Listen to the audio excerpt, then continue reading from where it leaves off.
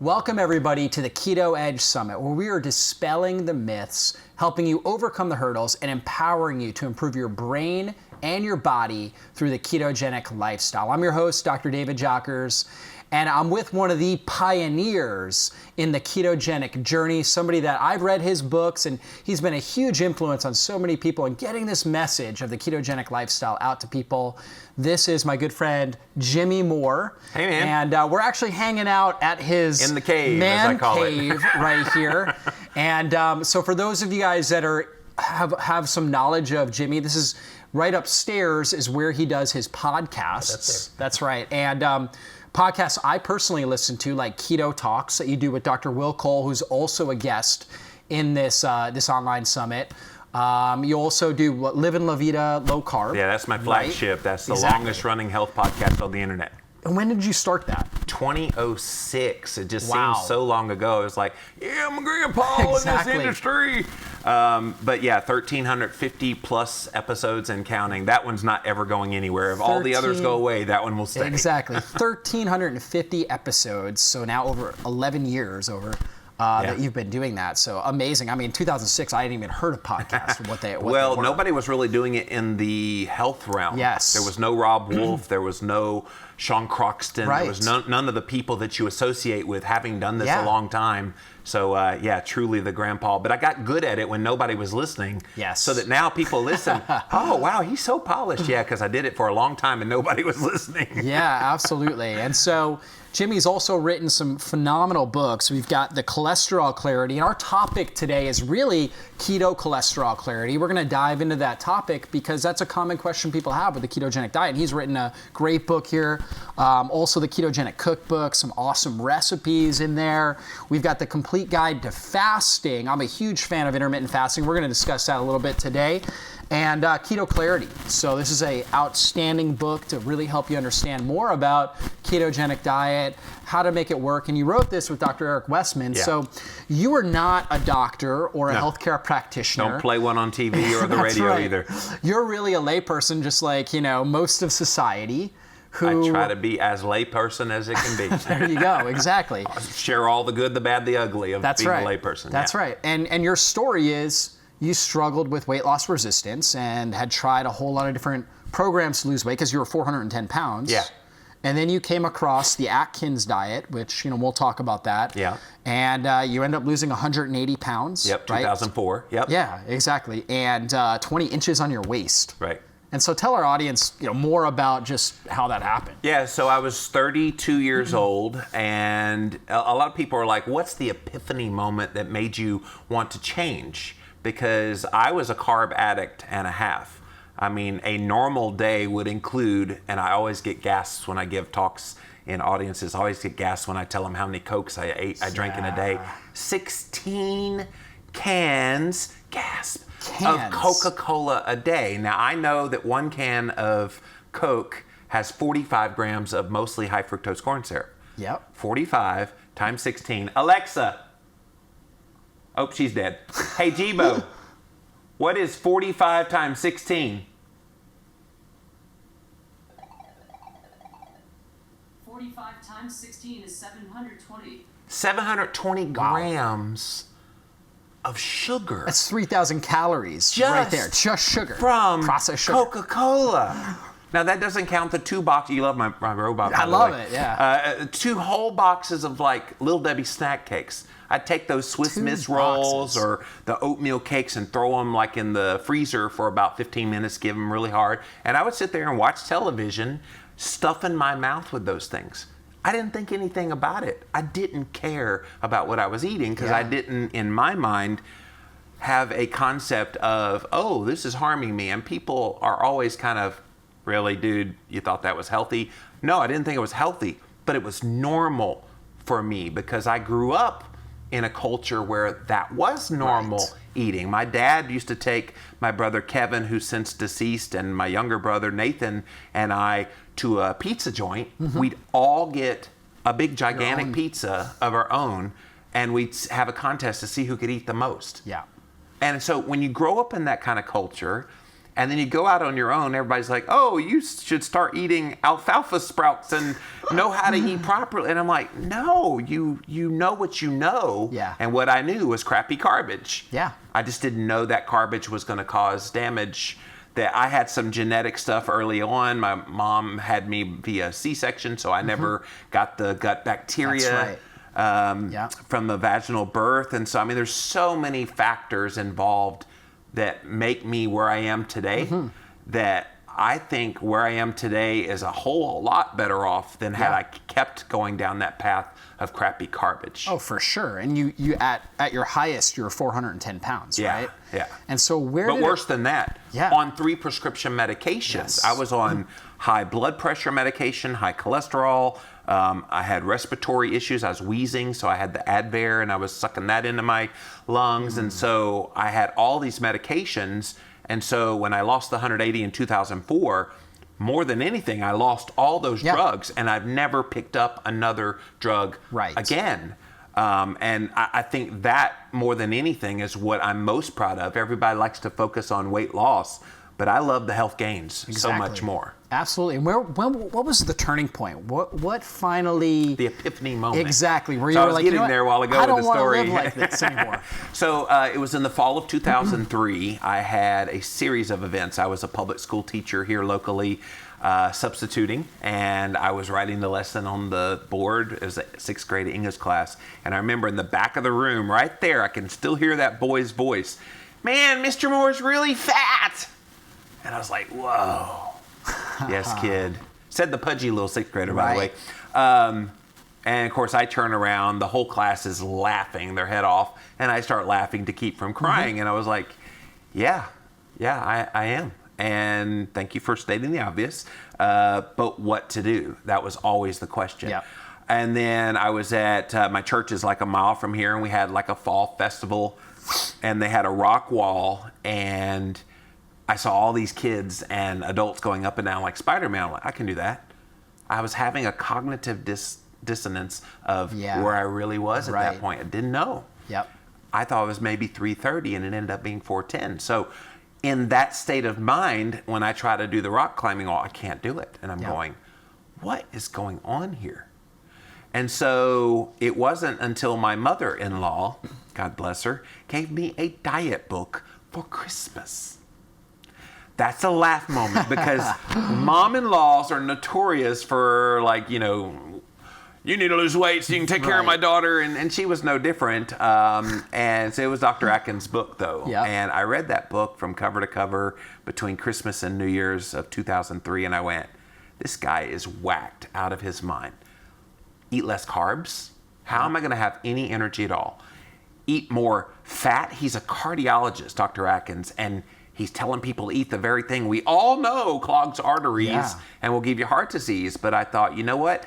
I had done so many low-fat diets over the years that I was miserable on. I never felt that was some way I could eat for the rest of my life. In fact, 1999 was when my brother Kevin had a series of heart attacks in a span of 1 week. He had 3 heart attacks that nearly killed him.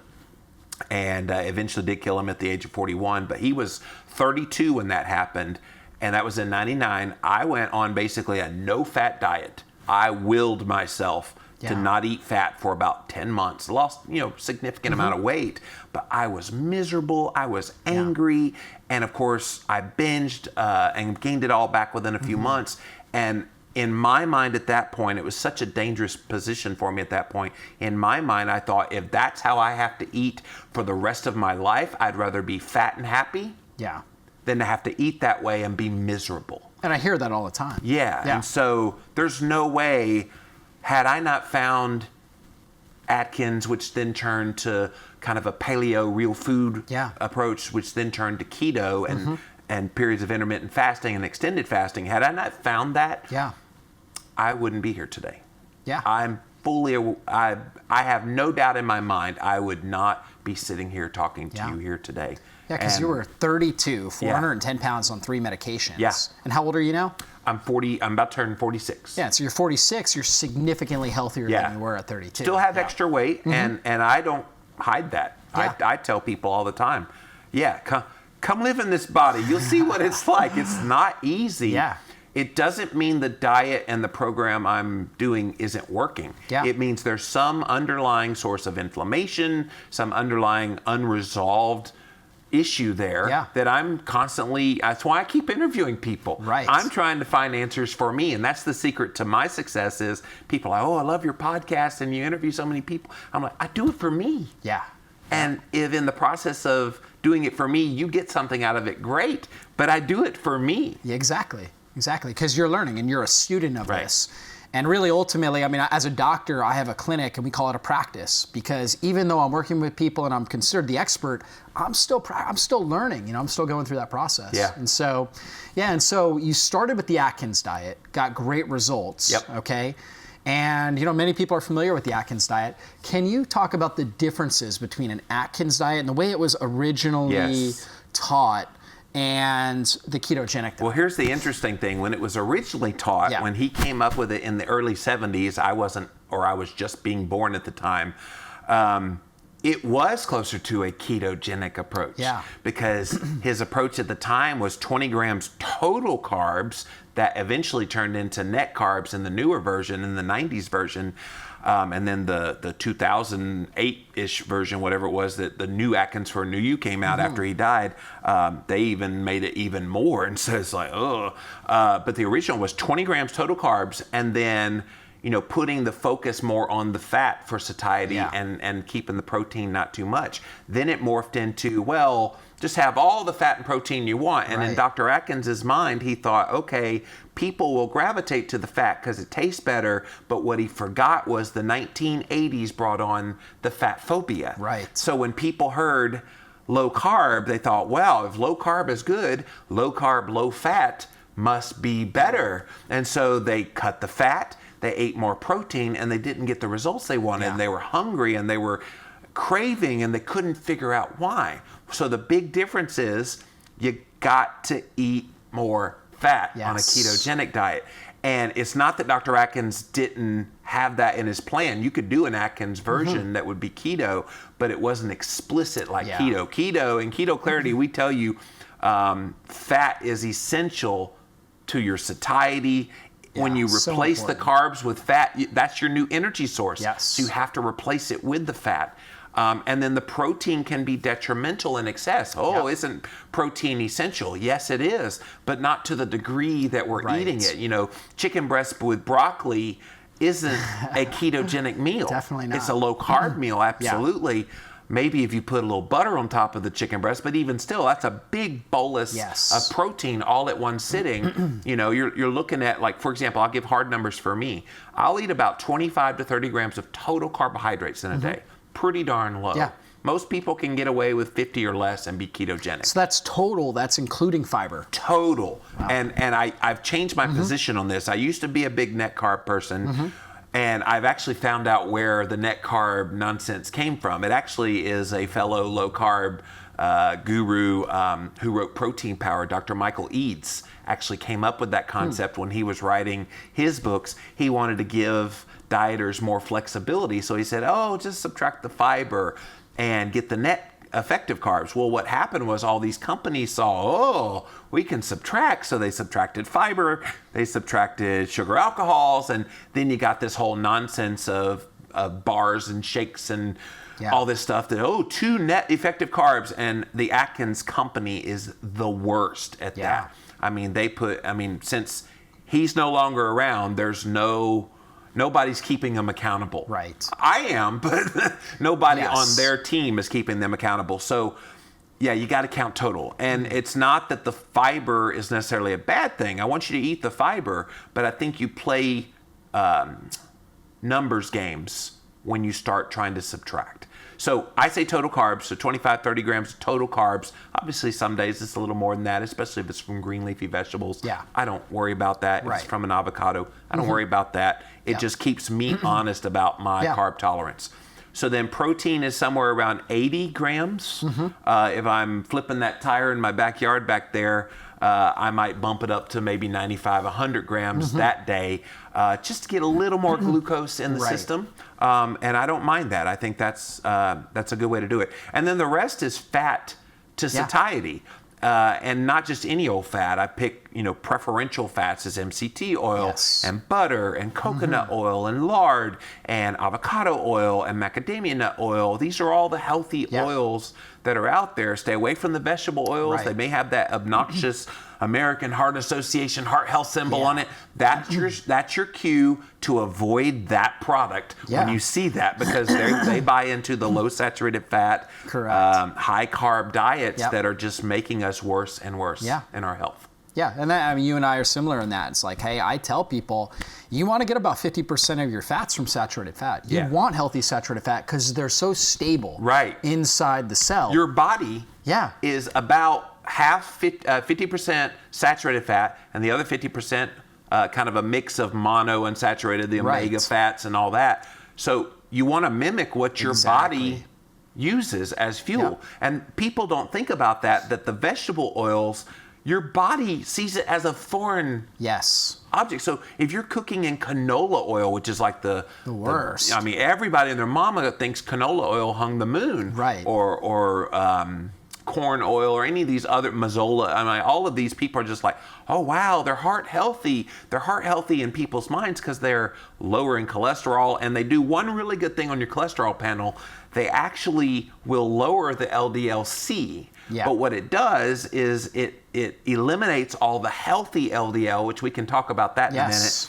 It eliminates the healthy LDL and leaves behind the unhealthy, and then it gives a little bonus. It oxidizes or rusts that LDL that it does leave behind, which increases this thing called inflammation, which is at the root of all disease.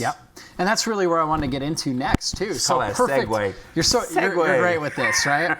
As I'm watching the chickens run around back there. By the way, he's got his chickens and eggs, right? Which were of course vilified because eggs raise your cholesterol or have cholesterol. Which we know now is one of the healthiest foods we can put in our body. It's about the perfect keto food. It's got the exact amount ratio of fat to protein to carbohydrate that literally, if that's all you ate. And at one point, maybe about 8 years ago, I created this program, this 30 days, called an Egg Fest. And I just ate eggs, cooked in butter, maybe a little cheese on it. And that's all I had for 30 days straight. And people were just like, oh my gosh, this Kickstart. And this is before I was really into the keto. But it was a precursor to show this is what keto can feel like. So if you love eggs and you're not allergic to them in any way, I now am. I have a little bit of an allergy to it and sensitivity to it. So I have to not eat them so much. But if you don't have that issue, give that a go. And you want to try this kind of keto and want to kickstart it. Obviously, eventually you want to add back in green leafy vegetables, but to kind of kickstart you, let you feel what it's like, an Egg Fest is the way to go. Yeah, it's a great way to kind of do that, just really low carb, high fat, because if you were eating eggs, especially with butter, that's going to be like 80 to 90% fat. That's right. Exactly. Right? Small amount of protein. Almost a fat fast. Yeah, exactly. As Atkins described. Very similar. You got it. And so you've got this book course, The Cholesterol Clarity. And of course, when people go on a ketogenic diet, which as a clinician, I work with people and put them on that, and oftentimes they'll see that their total cholesterol goes up. And they get concerned about that. And I have a word for that. So what? Right. What does it mean? Exactly. It only means something because our entire lives we've been told it means something. But at the end of the day, cholesterol, total cholesterol, is a conglomeration of various numbers. So let's look at those numbers. HDL, that's the good cholesterol, right? Don't you want that higher? And wouldn't that result in higher total cholesterol? Exactly. So why are we mad about cholesterol being higher? If your HDL, which is higher, is a good thing, it makes it higher. That don't make sense. VLDL, which is kind of a surrogate marker for your triglycerides. Take your triglycerides, divide it by 5, that's your VLDL. That truly is a bad number. And usually, though, that even, with really high, you're talking 15, 20 at the worst, it's not really going to be high. LDL is where everybody looks, but here's the dirty little secret about LDL nobody talks about. It's estimated, it's calculated with this Friedewald equation. I would love to go punch this Friedewald guy in the face because it's stupid that we look at an estimated calculated number and then we prescribe medications for said number that's based on this estimation. It just doesn't make sense. And so they don't measure, they could, but they don't, measure LDL directly on that LDL-C.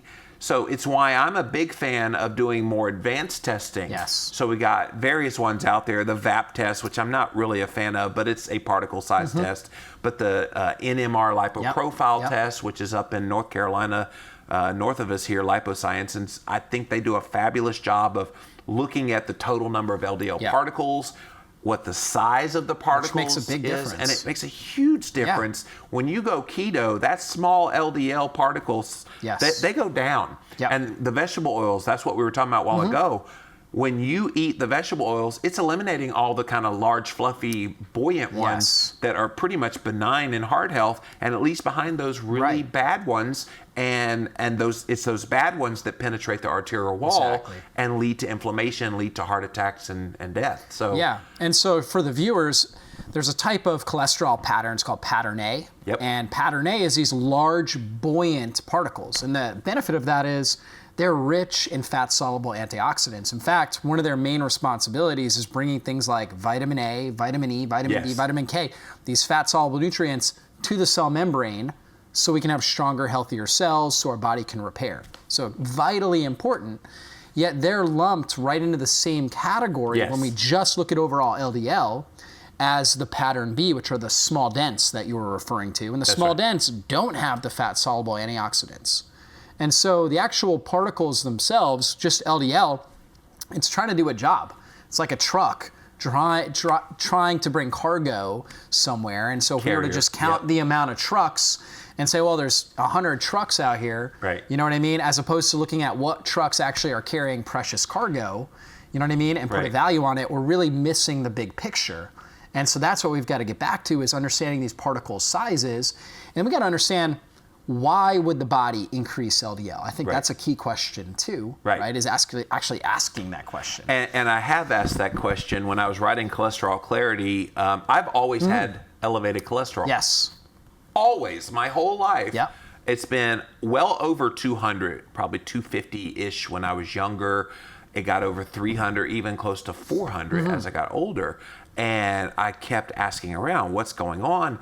And no doctor could ever tell me why my cholesterol was up. They were just like, you have a statin deficiency. Please start taking this statin. And I dutifully, before I went keto, low carb, I dutifully took Lipitor, which just made my joints ache. I remember playing a pickup game of basketball at my church down the road, going up for a rebound, and this thumb went straight backwards.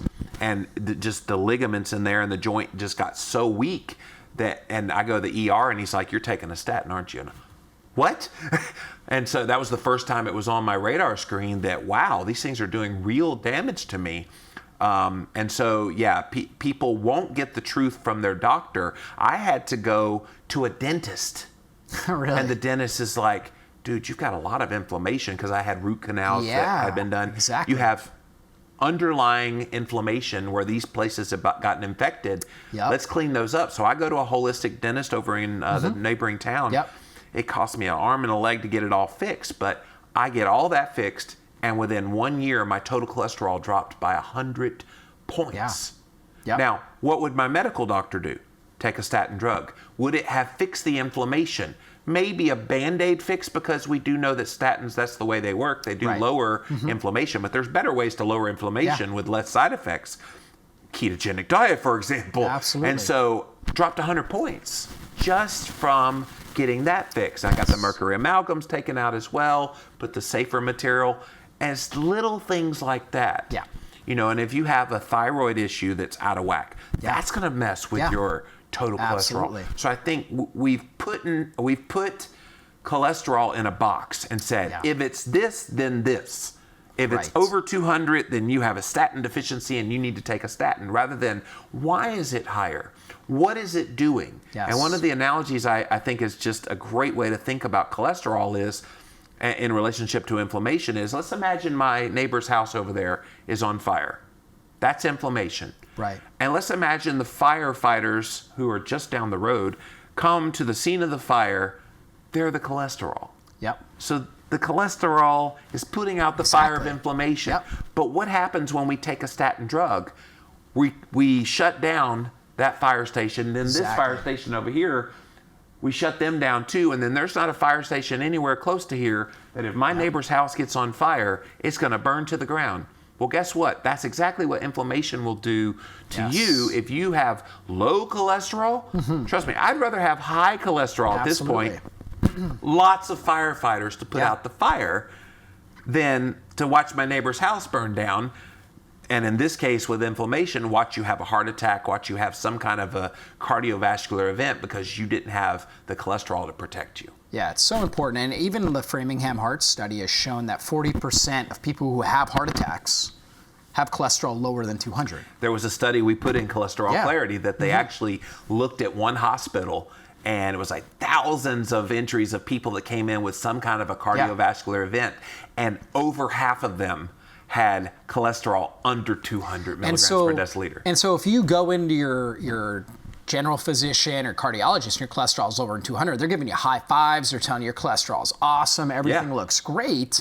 What we're saying is, there's not much difference between somebody with a higher cholesterol, total cholesterol, and somebody with a lower cholesterol when it comes to risk for cardiovascular disease. And so that's which leads to the question, why are we looking at cholesterol if those statistics hold true? And actually, that's the exact same statistics if you flipped a coin to see if you're going to have heart disease or not. Exactly the same. And yet we put all this stock in cholesterol.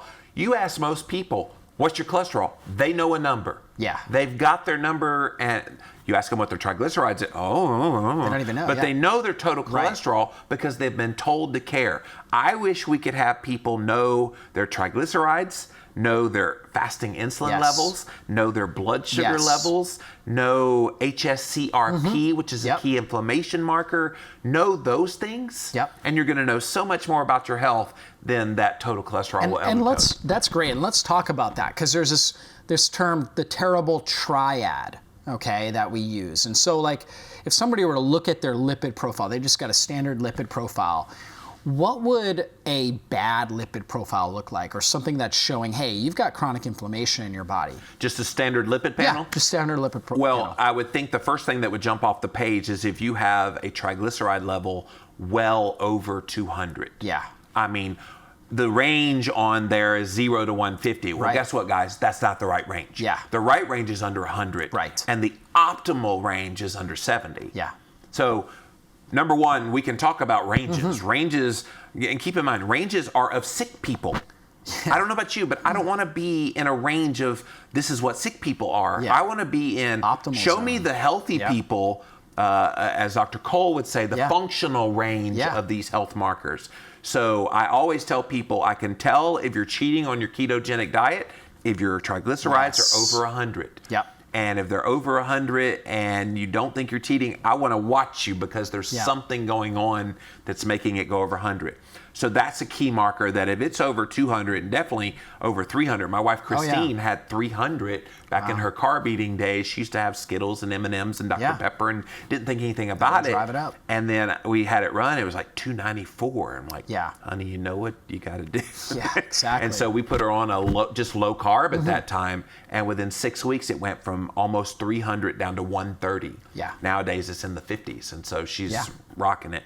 So that's one. HDL, if you're below 30, you're hurting for really certain. Low. You need that HDL cholesterol definitely over 50. And I would say optimally over 70. And you women, you're going to love this. You women are going to have an easier time having the higher HDL cholesterol. I don't know why that is. Why do women have higher HDL? What is it? Something about their makeup that makes them have higher? It's a great question. I think that ultimately hormones play a big role in it. And obviously insulin sensitivity plays a big role in it. And so I'm not exactly sure. I haven't even noticed that women have a higher number. They send me their numbers all the time, and I'm going, 120 HDL. You know, highest I've gotten is like 75. So. Right. Now, one thing from a functional perspective, if I see HDL up like over 90, 100, I'm actually thinking possible infection. Oftentimes a viral infection or something like that can drive it up real high. I usually look in that range like 50 to 90, needs to be over 50 for sure, okay? Or you're functionally deficient. okay? Right. And maybe at top 0.90. Otherwise, I'm considering other issues. Would that show up in other markers? Let's say, for example, would it show up in triglycerides? Would it show up It can. in HSCRP? It or definitely could can. you miss it? Yeah, so high sensitivity C-reactive protein is a marker of inflammation. Sometimes we'll see that high. And With the obviously high with the HDL. high HDL, or sometimes I'll see a shift in their white blood cells where lymphocytes are real high, neutrophils are low, and that's a sign oftentimes of a viral infection, or sometimes eosinophils real high. So they might have an allergy to something that they're being exposed to, which can drive it up, or parasite, right? So sometimes those things can take place. Comes back to the gut But it's a health. case-by-case basis. Yes. And this is the personalized approach, rather Right. than just saying, oh, your HDL's high, you have this. Right. You know what I mean? Or And your it could be a good LDL's high. thing. Could be just fine. It's It could just be naturally totally occurring. fine for that person. Right. Exactly. That's why, Yep. again, practicing. Exactly. That's right. Yep. We start to see all of these different Yeah. types of patterns. Yep. And so like what you were talking about there, okay, triglyceride, one thing I look at is the triglyceride to HDL ratio, which should always be under 2 and more closer to I keep 1. it under 1 pretty Exactly. steadily. Yeah. And that's really what a ketogenic approach will do. It will do it, Yes. I mean, every time it's tried. Yes. If you're doing keto and your HDL to triglyceride ratio isn't under 1, there's something else going on. Yeah. It should, without a doubt. And of course, we're talking about when someone's weight stable as well. Because Yep. as you're losing weight, you may have a temporary elevation in the triglyceride, but at some point it will drop like a rock. Yes, absolutely. And that's a huge sign that your body's getting healthier, less inflammation. Right. So then what should like the LDL to HDL ratio, when you look at that, what should that typically range? So I know doctors like that one, and they also like, what's the total to HDL ratio Yes. as well. I think those are archaic.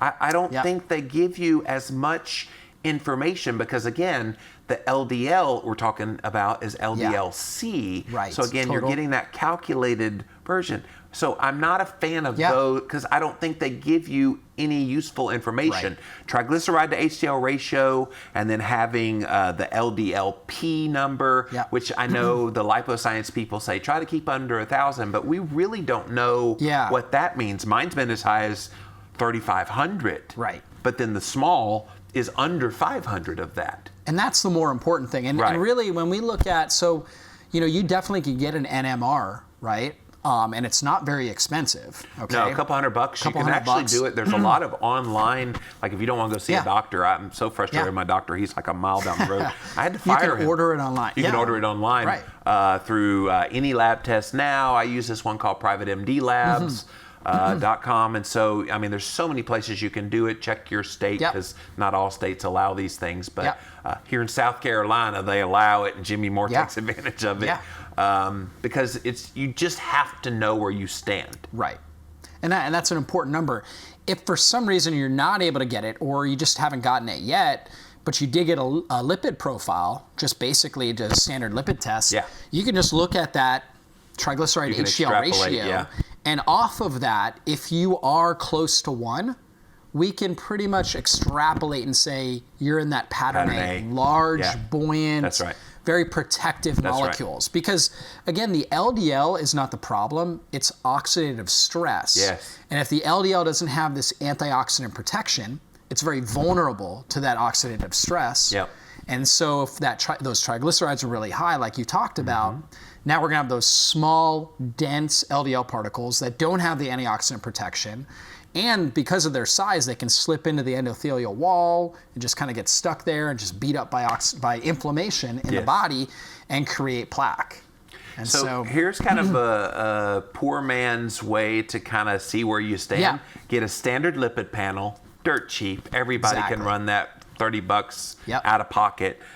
Get an HSCRP, which is Yes. about $50. Get a fasting insulin, which is probably another 70-ish Yep. bucks. And if you want to splurge instead of that first one and get an NMR instead, if you did just those things, you would know so much more about your state of health Yes. than most doctors would even know just looking at you. Exactly. And so let's go into fasting insulin. Okay, Yes. what do you look at when you're looking at fasting insulin? Where do you want your levels to be? It depends on who you ask too, because Yeah. there's a lot of disagreement again in the mainstream. Oh, anywhere between 0 and 20 is great, and it's like No. So my goal is definitely in the single digits. Yes. And as close to 5 or below as possible. Yep. Now, I'm struggling with that a little bit Yeah. right now. Just quite honestly, that's one area that despite eating keto, I'm still having 12 Yeah. insulin. Yeah. Which makes me so mad Yes. because it's like I'm doing all the right things, but I know it just means something else is going on in Something's the going body that I have to figure out. And so that's a key in all this too. Maybe you're watching this and you're going, oh yeah, I've been frustrated and I'm just thinking of giving in the towel. No, that is not an option. Yeah. Just keep engaged in your own health. And if there's one thing I'll do to my dying breath is tell people you've got to be your own best health advocate, even if Yes. you're struggling, and I've tried to do that, sharing my story of I still have weight, and so Yep. I get criticism for that, but I also think it's real. I think it's real to share what it takes to come out of that. And so people need to be focused on the things that matter, and fasting insulin is a big one. So definitely under 5 would be what my goal would be. Yeah. Is that what you have in your clinic? that's exactly what we look at. Under 5, we're trying to get it around 3. Yeah. That 2 to 3 range is But like not super too low, optimal. because if it goes too low, Not then too you low. might have type 1 diabetes issues True. going on where you're not making any insulin True. at all. Exactly. Not that eating ketogenic will lead to that, but if you start going, oh, wow, I'm down to 1, we need to look at that. Yes, so exactly. keeping it reasonable, that kind of 3 to 5 range is probably a good to shoot for. Insulin, I mean, it's just all the hormones that the body produces are necessary for key things. And we know insulin is necessary for some level of T4 to T3 conversion. Yes. We don't need a lot, but we need a little bit in there, That's right. or our thyroid is going to tank. So, Yep. if you're looking at the lab and, you do a fasting, so you haven't eaten, you may have drank some water, but you haven't eaten in the morning. It's usually like 12 hours or so. Get your blood work done, and your insulin level's at 2. That's a really good level. Now, Yes. what's so great about your case too is that when we look at like the bell curve of body types, you've got the people that can't put any weight on, that are kind of this extreme. Then you've got people We over hate here. those people, by the way. Then you've got the people over here on this far end Yes. that can exercise all day, Yes. can follow every routine that's follow a ketogenic lifestyle and still struggle with that. And you're in that camp, okay? And this opened your eyes to intermittent fasting and doing That's right. fasting as well. Even longer right? fasting, yes. Exactly. Let's talk about that, how that's impacted everything. Yeah, so intermittent fasting was pretty easy. Although Mm-hmm. when I first heard intermittent fasting way back in 2008, a couple of years after doing Atkins and being successful, I thought, intermittent fasting? Who would do that? It was such a foreign concept to me, especially coming so close from that 16 cans of Coca-Cola, whole boxes of Little Debbie snack cakes, and fast food every day. But the longer that I've done this, and especially when I went keto, I just found I would forget to eat. And people are like, well, intermittent fasting, that seems so hard. I'm like, think of it this way. Your last meal of the day is at 6 o'clock at night. Let's just imagine that. You wake up the next morning, you don't eat breakfast. Yeah. You'll be fine. You're not going to be hungry. Yeah. Once you get going with this, you're not going to be hungry. Don't eat breakfast. Then eat around noon. Guess what? You just intermittent fasted for 18 hours. And the benefits that come from just that one Yep. simple act of just skipping that one meal and giving your body that line, especially your pancreas, that period of time to heal and to take a break and to rest, it's powerful. Yeah. And people, Exactly. oh my gosh, you're starving yourself. I'm like, how are you starving yourself? You're still eating a couple more meals that day. Yeah. And then, of course, once you get into this, you tighten that window a little more. Maybe let's try to eat within a 4 to 6 hour window. Exactly. And then maybe you're like, you know what? It's Friday. I'll just skip eating altogether today. I'll eat tomorrow, but then I'll skip eating Sunday. So that's alternate day That's right. fasting. And then maybe you get the gumption of, let's see how long my body will be resilient enough before I kind of need to eat. And for people like me in my situation, I found I can go a long period of time. Yep. Which is so fascinatingly weird to me, Yeah. that I go from the guy that drank 16 cans of Coca-Cola and all this junk to now I can do 21-day fasts. Yes. I mean, it boggles my mind to even think that it's the same body. Yep. Absolutely. And I always say fasting's like a muscle. You got to train it. Yes. So when you first get started, doing a low carb approach is actually the best It's ways a good precursor to help your Yes. body get more adapted into right. fasting. But like the first time you miss breakfast, you're emotionally going to miss it, and you may notice But some you know what? growling in your belly. You don't miss breakfast. Right, yeah. Because the name of the breakfast is That's a break, good point. Fast. So you just eat it later in the day. when you have that first meal of the day, let's say That's it's your noon break or fast. 1, that's your break fast. Exactly. That's right. So you may just feel some weird experiences and Right. just realize, hey, it's a weird experience. You'll get over it. You train your brain to know when food is coming. Yeah. That's why people eat breakfast Right. snack, lunch snack, dinner Right. snack, midnight snack, because they have forever and ever amen been told they have to eat it all those times, and they've Exactly. told their body, hey, dummy, I'm going to eat Yep. it those times. So maybe your body's squirting some insulin at you Right. at the time that you've Pavlovian told it Yeah. you're about to eat. And so when you don't eat, of course you feel bad because your Exactly. body is expecting that food. That's right. But yeah, over time that subsides. Yeah, and I tell people it's kind of like breathing heavy when you exercise. Like if you never exercise and then you start exercising and you're breathing heavy, it's going to feel weird, right? And it's kind of like that. It's kind of those Yeah. hunger pains when you first start fasting. That's right. But over time, you just get more and more used to it. And then you're like, wow, I feel so good when I'm doing this. And the mental sharpness that comes about, right? And just the productivity levels that you're able to have because your body starts producing these ketones, Yep. right? It gets that insulin down, which produces the ketones. And then you just become, in a sense, as you're doing this regularly and linking the cause and effect, right? Linking the fact that you're fasting and feeling good with it, you start to become almost addicted to it. You're like, wow, just feels great. I want to continue with this. And one of the criticisms I've heard about fasting is, oh, you're just starving yourself, and how can that be healthy to go periods of Yes. time when you're not eating, when you should be nourishing your body? And here's the kicker too. Oh, well, you're such a ketogenic advocate.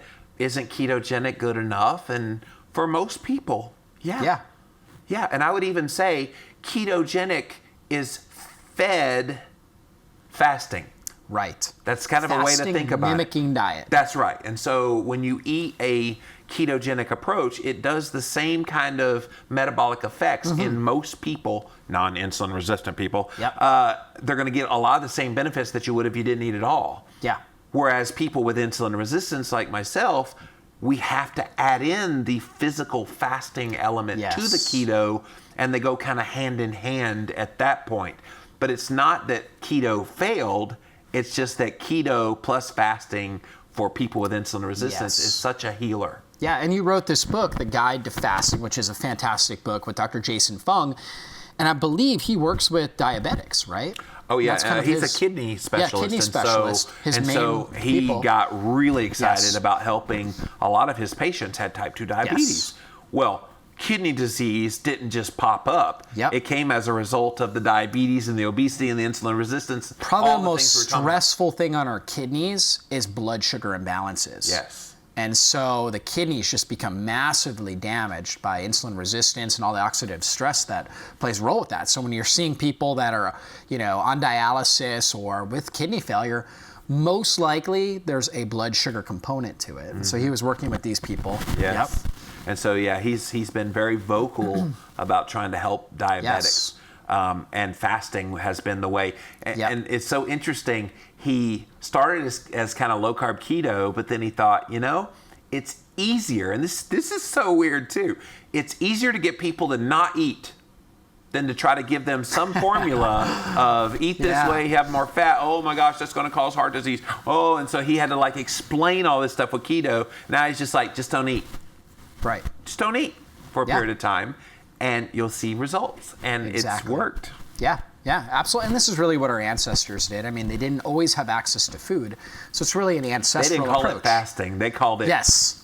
No food. me need go hunt Yes. again because me don't have food. Exactly. And me getting hungry, but I'm me not as hungry as I thought I would be. And Yep. it's amazing because people think, oh, well, you get hungry during your fasting period. Yeah, for a period of time.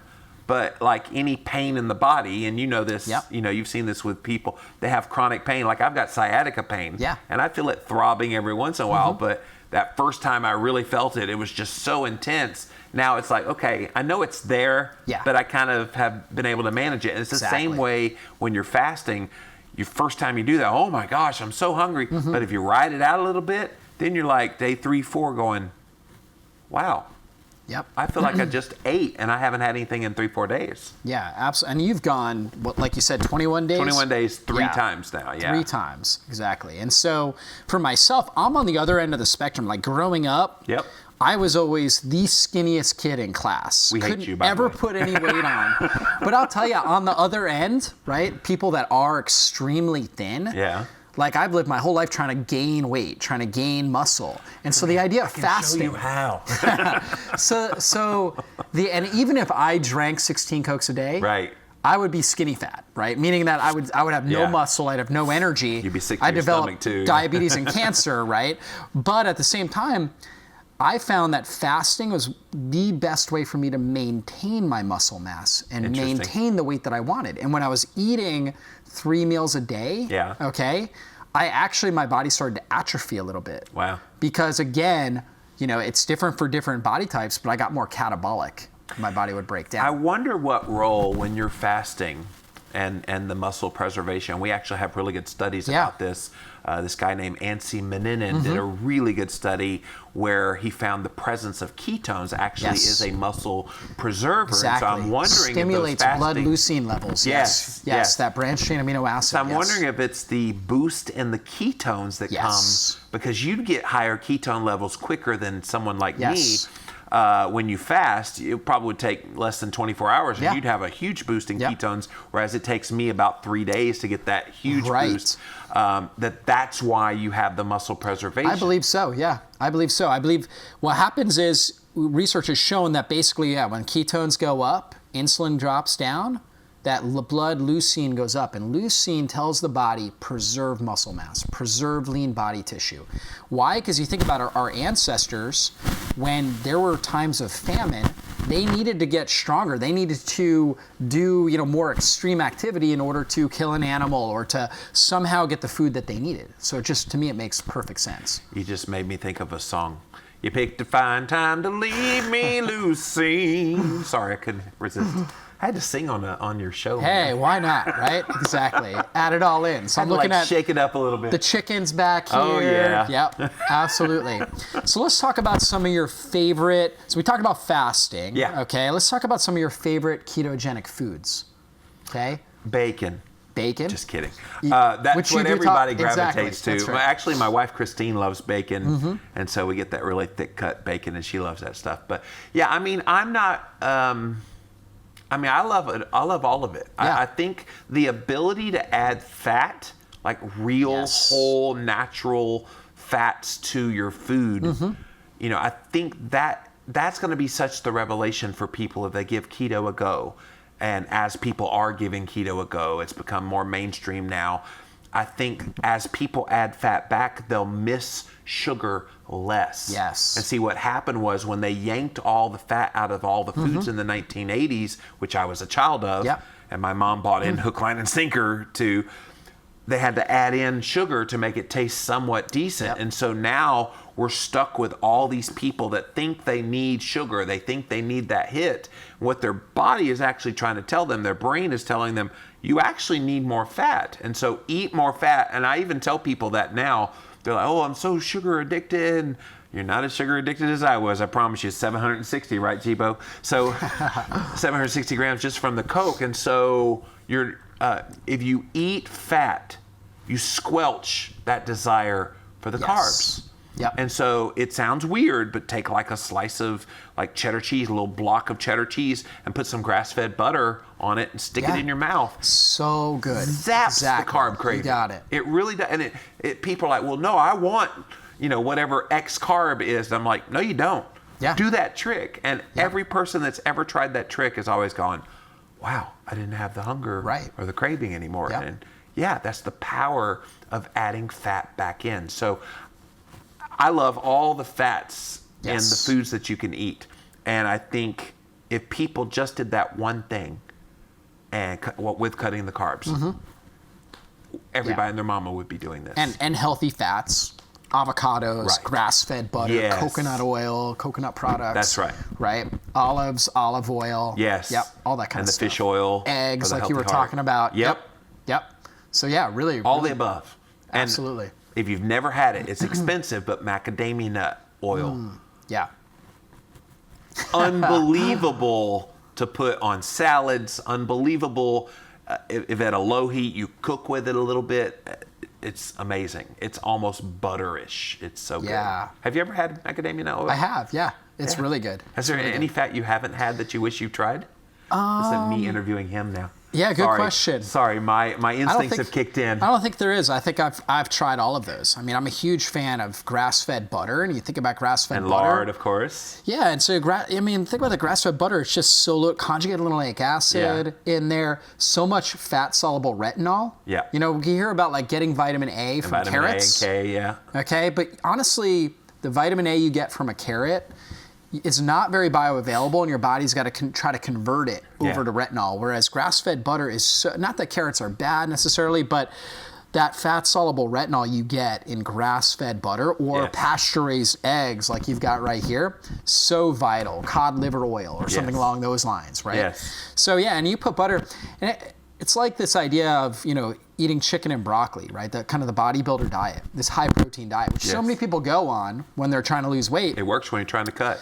It does, but you're dealing with massive cravings. Yes. And so they would eat that for dinner, and then by, you know, at 6 o'clock and by 8, 9 o'clock, you're craving ice cream. Yes, they're white knuckling it at that point. Trying to do their best they can. Yes. Exactly.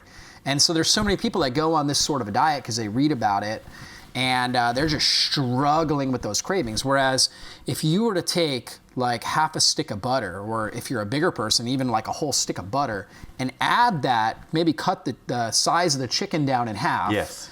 You know, have your broccoli, your vegetables, melt that butter on it with a little bit less chicken. You'll be so satiated. Yes. You won't have the sugar cravings at night. Right. You'll wake up the next morning and be like, I really don't need breakfast. Exactly. Yeah. You'll have that natural satiety, and you'll feel great, and your skin will feel better. I mean, you got all that retinol, the omega-3s in there. And one thing we've missed, energy. Yeah, Out exactly. the wazoo. That's right. You know, I haven't eaten today at all. Yep. And me either. do I look like I'm lacking in energy, and you don't look like and you're... we're like, it's like midday, you know what I mean? Yeah. So most people would be famished right now. Exactly. Yeah, we're high energy, enjoying conversation here. Yeah. And very lucid in the brain. Yeah. That's another thing about keto. Yes. That I told people if I never lost another pound, I would do it just for the brain health benefits. Yes. And it's like when I'm up there recording podcasts, I love doing it in a fasted state. Yes. Because I feel so much more engaged with that person in conversation, because the ketones are fueling the brain and really, and my mood's stable, and it just really helps. It's amazing. It's huge. You know, I always tell people, you don't eat for energy. Right. You drink. We need water and we need electrolytes for energy. I mean, we're a nervous system, so we're conducting electricity just like this place is right here. So that's how we get energy. We eat for adaptation and recovery. You know what I mean? We need new raw material to create new cells. That's why we need to eat, in a sense. You know, and so basically, you want more energy? Fast. Stay hydrated, but make sure you're fasting well. And you did a 21-day fast, which is way longer than me. For me, you know, a long fast is a 3-day fast for me. 3 days is good. 3 days. Although if you make it to 3 days, go a week, dude. it's like, easier at that by point. the time you hit day 3, it's like you're finally in the nirvana stage of it, because day 2 sucked. Yeah. Day 1 might, for people that aren't yet keto adapted. Day 1's pretty easy for keto adapted people. Day 2 is the really sucky one. It sometimes bleeds into day 3, but by the end of day 3, you're just finally getting the benefits. I'm going to challenge you. Do a 1 week fast. That's a good challenge. Just try it. Yep. See how you do, because I guarantee 4, 5, 6, you're going to go, well, dang, that didn't feel any different than 3. Yeah. I'll tell you, even when I break my fast at day 3, it's not because like I feel like I need food, because I don't. I'm satiated. It's more of like this fear I'm going to lose more weight. You know what I mean? And just and you will also lose weight. I love exercise and things like that. So it's like I just want to get back to my higher level of activity. That's really more so why I do it. So it's a lifestyle thing. Yeah. So if I ever feel like I'm coming down with like a fever, it's like immediate fast. That's all I do. You know what I mean? When I get sick now, that's what I do. And it's the best thing. So and take exogenous ketones to kind of boost it even which more. will really help. Yeah. Absolutely. Yep. And so 21-day fast. And so you said you started feeling really good, right? And the people you're working with around day 4 or so, day 3, day 4? Yeah, about 3, 4 is when it really kicks in hard. Yep. Absolutely. And then on one that long, you do have periods where it kicks in. Yeah. Oh my goodness, I've gone a long time without eating. Right. Like day 8 or day 12. Yep. And so you just ride those waves. This is what Yeah. Dr. Fung talked about, and we wrote it in the Yeah. book. You ride the wave. You don't sweat it. You don't worry about it. You just know it's going to happen. Get some salt is such your friend when you're fasting. You need those electrolytes. And so the electrolytes, you can stick a little salt under your tongue sublingually, and it just gets in your system, and those hunger pangs go away. Yeah. And drink plenty of water and stay hydrated, salt, and it makes it so much easier. Yep. Now, I did, when I first started doing it, I did some crutches. So I had bone broth. Right. With the salt. Minimal calories, but still, it was calories. Yep. And I did a little bit of kombucha thinking I was going to compromise gut health. I since have learned, hey, this is pretty good for gut health, so I don't really need that. And so you get rid of the crutches, but again, it's like the bicycle thing. It's like you get used to doing it, you build that muscle up, and you get good at it. Yeah, exactly. And now it's nothing for me to fast a week. Absolutely. And as a doctor, I get people all the time, they've got advanced cancer or whatever it is, and they're like, I have no money, what can I do? Yeah. And I always say prayer and fasting, biblical, Yes. right? It's like prayer and fasting doesn't Please, cost you Lord, anything. get me through this week. Exactly. When you first start fasting, there's lots of prayer. Yes, lots of prayer. Exactly. And supplication, yes. Yes. Now, I want to challenge you. Yeah. Have you tried doing high intensity exercise fully fasted? Let's say like 20, 24 hours fasted. I have, and I will tell you, it's rough on me. Yeah. I find that I'll go to flip that tire. Yes. In a fully fasted state. And I know people talk about fasted exercise, and I could do an intermittent fast exercise of a lot less than 24. Yes. So let's say 14, 16 hours, and then go exercise, but then have to eat right after. I find for me, I black out if I start to get too intense, too fast in a fasted state. So if I go back there and try to flip that tire and I haven't eaten for 24 hours, I think about the third turn, I would get a little shaky. So now, have you taken salts or anything? So I'm still tinkering with, trying to figure it what's out. going on that's giving me that? Because you should have enough ketones. You would think the ketones would be boosted. I haven't tried it. And it's a good point, because most of my 21-day fast, I don't overexert myself because I'm trying to accomplish the fast. And so I'm wondering if by day 3, 4, when those ketones do get a boost, and I've measured blood ketones, I know they go up double on those days from what they were. I haven't tried exercising on those days with the higher ketones. That would be an interesting experiment for me. Yeah, I would challenge you to try that out, because really, basically, this is the challenge show, by the way. You know, giving him challenges, he's giving me that's challenges. Right. That's right. It's the way we roll here. Hey, absolutely, absolutely. And I find this to really help people get over those weight loss challenges and get their insulin down. First, you got to go through the process of adapting into, fasting and getting into ketosis, using fat for fuel, right? So you got to go through a process there. Stop falling off the bicycle. Exactly, right? And then what you do is you try to get your meals into kind of like this 20-hour fast, 4 to 6 hour eating window. Yes. And about an hour before you would break your fast, you do your workout, right? High intensity. Okay, not long, 20 minutes maybe. To really drain all of the rest of the glycogen. Exactly, 20 minutes maybe. You'll do it fast. You got it. And then are you a fan of the hydrate slow lift? Afterwards? Or I guess the HIIT, where like sometimes I'll go out on the street here and you see that street and you're running sprints. And I run sprints from stop sign to stop sign. Good. It's intense. Exactly. That's exactly how I'd recommend it. Resistance training, high intensity resistance training, where you're doing like a push exercise followed by a pull. Running sprints. Your workout definitely shouldn't be over 30 minutes, more like 15 to 20 minute range, right? But work hard in those 15 to 20 minutes. Very hard, exactly. So you're huffing and puffing. Yes. You got it.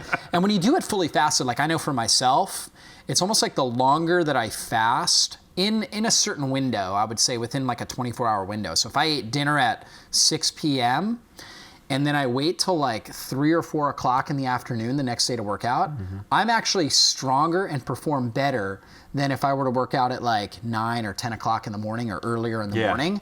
I'm actually stronger. I adapt better. I get more lean body tissue that I developed. Why do you think? I think it's that circulating leucine and the higher ketones in my system. Interesting. So that's what I'm thinking. So time your exercise around your higher ketones. Yeah. And we have technology now that lets you prick your finger, lets you blow into a device. I got one over there that you can blow into. Oh, the Level, yeah. The Level is a awesome sponsor for this. They are. Right? Yeah. Exactly. Which is a great system, because I don't know about you, but like, even though I'm a doctor and I look at blood work, I don't actually take blood, and because I'm classically trained as a chiropractor. And so when I freak out when I even try to do a blood frick. Like, I literally have passed out trying to get blood before.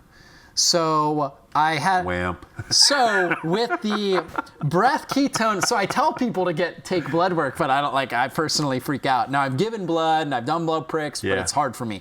So and my stress hormone goes up. For most people, it's not. So my stress hormone itself goes up. Blow and you prick. Yes. That's a good Doesn't strategy. hurt. That's a good strategy. So the Level is nice because it's so non-invasive. You know what I mean? And you can do multiple in a row, right? Which is great. But you're right. We want to be able to test our ketones. You have to test. See where you're at. Test with a reputable device. Pee strips are not reputable. I'm sorry, those companies that sell those urine sticks, they're just not reliable, because the acetoacetate, once you get good at making ketones, they convert into beta-hydroxybutyrate. So the acetoacetate in the urine becomes that beta-hydroxybutyrate, easy for me to say, in the blood, and then the acetone in the breath is kind of a proxy for that beta-hydroxybutyrate, BHB we'll call it from now on. And that's why I'm a fan of testing the particularly blood. Especially.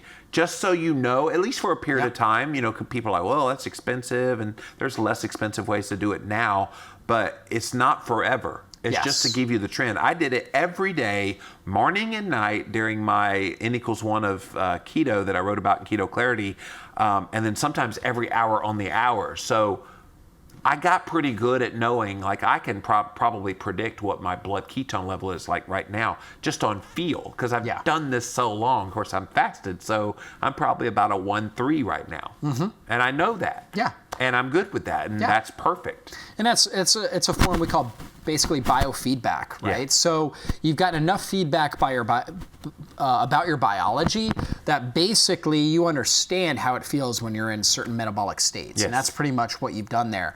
And the urine test is good for just understanding if your body's producing ketones, but it doesn't tell you it doesn't tell you how your body's actually utilizing ketones. It's the excretion of the ketones, which is good when you first start. And is there any keto anything happening inside the body? It'll tell you, all right, you're peeing them out of your body. But then eventually you want to see them disappear in the urine. That's right. Ostensibly. Because you should be using them. And be used in the body, the BHB. Yeah, so important. So, absolutely. So, man, we're really nerdy in this. This is good. I like this. Yeah, this is nerdy but relatable. Exactly. And we're trying to kind of go through a lot of the common questions that people have. What else they got? What are other common ones? Let's talk about, let's go back to cholesterol. So my favorite topic. And in general, just cardiovascular markers. Okay, there was a study came out, I think it's the Annals of Internal Medicine 2014. They took a group of people, put them on a low carb diet, group of people that they put them on a low fat diet. Right? And they found that the people that were on the low fat diet, I don't remember the researcher, send that over to you, Annals of Internal Medicine. And they found, so equal amount of people, I think it was like 60 people in the low fat group, and then 59 people in the low carb group. Okay, they didn't necessarily say ketogenic diet; they just said low carb group. They rarely do in research circles. It's always low carb, or they call it ketogenic. It's no form of keto I would ever do. Right, exactly. And they found that the low carb group basically outperformed the low fat group when it came to HSCRP, which we've talked about, inflammation marker, better triglyceride scores, HDL, LDL ratio, all of those ratios improved. But not the LDL or the total. Right, and of course, the conclusion was basically this needs more research, in a sense. Here's the conclusion they sometimes come up with. They'll say, well, it's just as good to do either one. Right. No, there's massively different biochemistry happening within the body when you go on a low carb diet. And again, their low carb is like 40% of your calories. They consider that low carb. Right. If I ate 40% of my calories as carbs, I would be over 400 pounds on prescription meds again. Yes. And so I think those studies are flawed because they put language in there that then confuses the general public that's trying to make sense of this stuff. And of course the headlines, oh, low carb diet, blah, blah, blah, blah, blah, you know, and it's like, no, that's not even close to what, as a low carb advocate, I would ever tell people to do. If you can eat that and be low carb and ketogenic with that level of carbs, more power to you, but you're the very rare exception. Exactly. I don't think Michael Phelps could eat that many and still maintain right. ketosis. Yeah, exactly. And there's been a lot of documentaries that have come out recently too that really are strongly advocating a higher carb, low fat diet and kind of vilifying the ketogenic approach. And so, like, What the Health? What the Health? Yeah, exactly. The vegan was propaganda definitely film, one yes. of them. Absolutely. And so, what are some of the issues that you've seen with the research that they're citing in these? The problem with their research is it's selective. Yeah. Because it's one thing to cite research that supports what you believe. And I try hard in my world, hey, I want to see all the evidence. And so when you, and in a court of law, they always say, tell us the truth, the whole truth, and nothing but the truth. We're getting the truth from these propaganda films, but we're not getting the whole truth from them. Because there's so much, there's a body of evidence, and there's a lot more coming. I just heard from a researcher just yesterday that said, our research is about to come out. We want to talk about it. We want you to know it's coming. So it's coming real soon. A big, big paper. Been waiting for years to get this one. So, shh, exclusive. But so that kind of stuff, they're not talking about those in those films. And so they want to, and plus the other thing that really gets my goat, we wrote about this in Keto Clarity as well, the type of research matters. You know, if I was a mouse, then okay, a lot of that research on the mice studies would matter. But I'm not Mighty Mouse. Here we come to save the day. No, I'm not Mighty Mouse. I'm a human being. And so I want to see a randomized controlled clinical trial, and not even like an epidemiological study where they look at all these previous studies and then extrapolate data from those studies, the cohort studies and things like that. Those don't mean as much as a randomized controlled clinical trial, and it's very expensive to do those. And it's the whole double blind and putting one group on this in a metabolic ward and another group on this in another metabolic ward. But those are the ones that really tell you anything of consequence.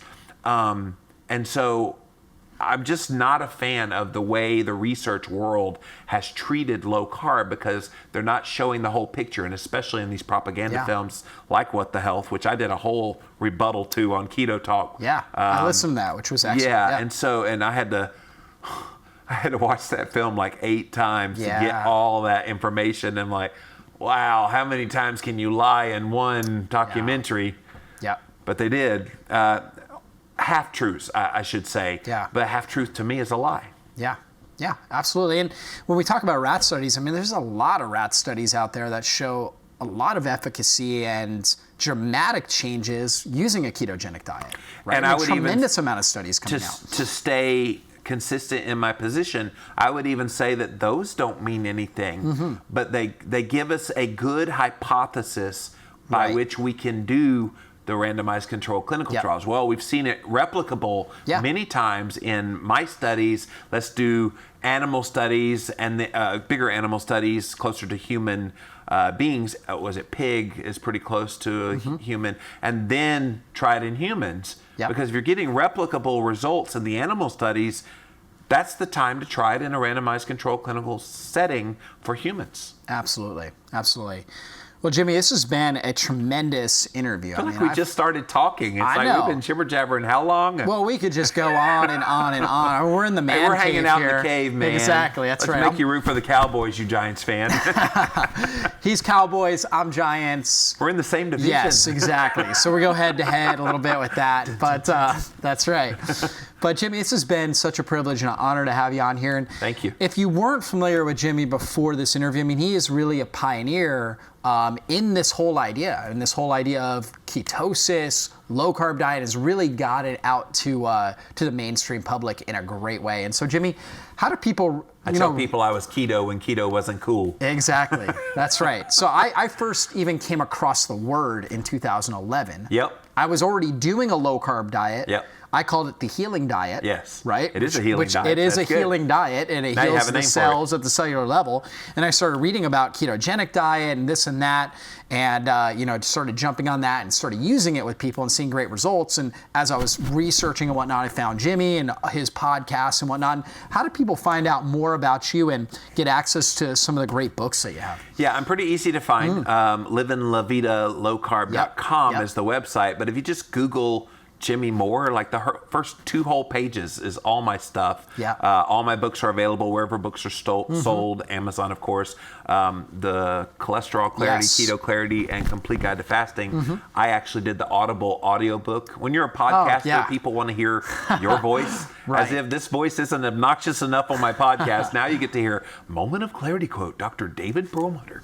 So, yeah. Exactly. So, wherever books are sold, Barnes & Noble, Yep. that kind of thing. Yep. So, and I got 3 new It's books awesome. coming in the next year. Oh, excellent. So I'm staying busy. Great. Love it. Love it. And so if you have more questions about cholesterol, how it works, low carb, low fat, whatever it is. Say the subtitle. Cholesterol Clarity, what the HDL is wrong with my numbers. That Which was my is good. first book with Victory Belt Publishing, and it was a guy at my church. Yeah. I was telling him I was writing this book about cholesterol. And he said, yeah, what the HDL is wrong with my numbers? And I went, that is perfect. Well, what was funny was my publisher was like, it's too flippant. It should be a serious book. I was a brand new author with them and hadn't written a book yet. And I'm like, you don't know my writing style yet. I try to be fun, funny, engaging, entertaining. What the HDL is wrong with my numbers makes sense. And I'm like, read the manuscript. They read it and went, yep, that's our subtitle. So it was. Yeah, and it fits your personality. Yes, Exactly. that's right. Exactly. And we actually have Dr. Jack Wolfson, Love Jack. paleocardiologist. Yep, love He's Jack. got a chapter in his book. So we have him in the summit, and he has got a chapter in his book that I talked to him about. It's why LDL is not the boogeyman. Yes, right? That's a chapter. right. So another great book here, The Guide to Fasting as well. So Dr. Jason Fung, who uses fasting in a clinical setting where he's testing all the biomarkers and things like that. And this book, you really help teach people, don't be afraid to fast. Demystifying exactly. fasting. It's in there I call it the other F word, but I've learned to grow to love that F word. Yes, I exactly. really Because at first, when he first started, it was is an F the word when it first started. It really was an F word. Exactly. And then this one, Keto Clarity, that you wrote with Eric Westman. Oh, that's my Eric baby. Westman. In fact, grab that book right there and chunk it to me on camera here. Yep. Just chunk it. Great Just book got right here. translated into Chinese. Oh, nice. So we're that's getting the into the same Chinese book. market. And so the billions of people that live there. Exactly. No, So- I know there are big rice eaters out there. We're Yeah. big bread eaters here. It's right? interesting that everybody's like, oh, they eat lots of rice, but think about it. It's just kind of an afterthought. It's Right. not the main portion of the dish. Right. And I think a lot of that is just more cultural than anything. Well, everybody ate rice, and it was probably at a time when economic situation was worse. Yeah. So, the whole Asian rice thing, it just never made sense to me because they're a lot better off now. Yeah. Now, culturally, they could probably still eat rice. They're probably not, living in the southern United States and growing up with ding-dongs and ho-hos and Coca-Cola and moon pie and RC Cola, as we say here in the South, So they don't have that metabolic damage. So maybe a little rice is okay for them. And especially if you incorporate intermittent fasting into it. Yes. Which culturally, almost every culture has fasting kind of built into their ritual, whether it's religious or just cultural. There's fasting built in. So if you tie in fasting with periods of time where you're having more carbs, it just works well. So you kind of are able to cycle in and out of ketosis based on, exactly. And just built into your structure, which is key. And then finally, right here, we've got the ketogenic cookbook, because everybody asks, well, now that I'm going on the ketogenic diet, what do I eat, right? And so obviously you were getting that question and created this awesome cookbook. Thank you. Yeah, there was a funny story behind how that book came about. So Cholesterol Clarity came out in 2013, and because they were like, what do you want to write about? Before I said anything, I said, ketogenic diets. This is 2012, about a year after you started listening to me. And so 2012, and I was like, keto, and they're like, it's kind of a niche of a niche. Nobody really cares about that. So Cholesterol Clarity came about because they were like, keto is kind of a niche of a niche. what else you got? And I'm like, well, you're wrong. But how about the cholesterol? And so that's how cholesterol came out. And so it came out, did pretty well. And I said, can I please write the keto book? I think it's going to be bigger than you think. Now, this was 2013. And okay, but we still don't think it's going to do very well. In the first week it came out, it outsold Cholesterol Clarity in 1 week that Cholesterol Clarity had done the whole year. Wow. Needless to say, they became fans of ketogenic diets. Absolutely. And it kind of started a lot of this keto buzz that we're having now. So they wanted a cookbook, and I'm like, well, Dr. Westman burns water, so he's not a good co-author for a cookbook. Yeah. So I went and found Maria Emmerich, who is an amazing cookbook author. And now she's gone on, after this one became an international bestseller, gone on and done like 4, 5, 6 more with Victor Belt, and I guess she'll keep writing books for the rest of her life with them, as long as people are interested. But it was kind of an interesting story about how all this came about, because they weren't fans of keto. Right. Now they're considered, Victor Belt, the keto publisher.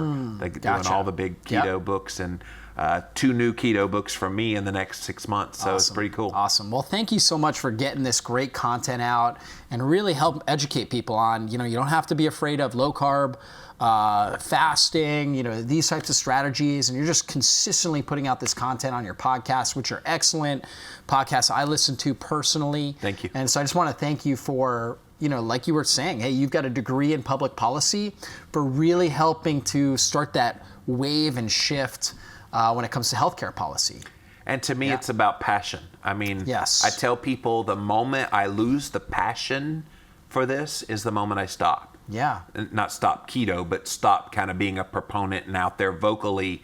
And even in the midst of struggle of all this, I stay just as passionate, because I think the message is bigger than any one person. Yes. There's no one person that, this is going to turn on. It kind of did with Atkins. Yeah. When he died, a lot of that low carb research just kind of went by the wayside for a few years.